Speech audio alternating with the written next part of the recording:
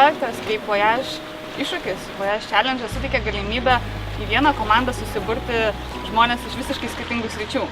Mes turim inžinierius, fizikus, vadybininkus, marketingistus ir jeigu ne šitas projektas, tai visiškai nebūtų galimybės atsidurti visiems vienoje vietoje ir suburti iš tikrųjų nuostabią komandą. Žmonės labai yra spalvingi, kūrybingi, kupini idėjų. Aš net nebejoju, kad šis projektas atsiskleis kiekvienam padėjo. Kai priėmiau iššūkį dalyvauti Voyage projekte, pagalvojau, kad tai bus vaikiškas, nuotaikingas nuotykis.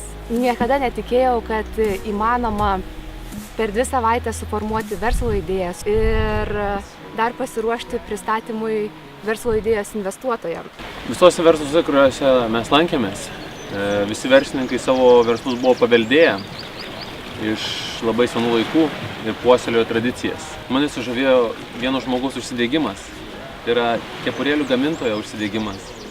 Jis labai gražiai jas apipavidalina ir padarė tai, kad būtų prieš mafiją einantis simbolis.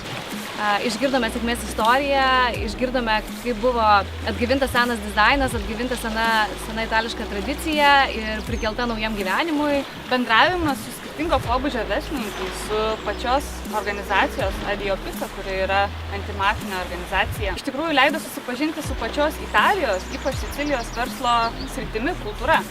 Ir iš tikrųjų, kas sužavėjo tai, jog žmonės, verslininkai iš tikrųjų nebijo kalbėti apie problemas savo šalyje.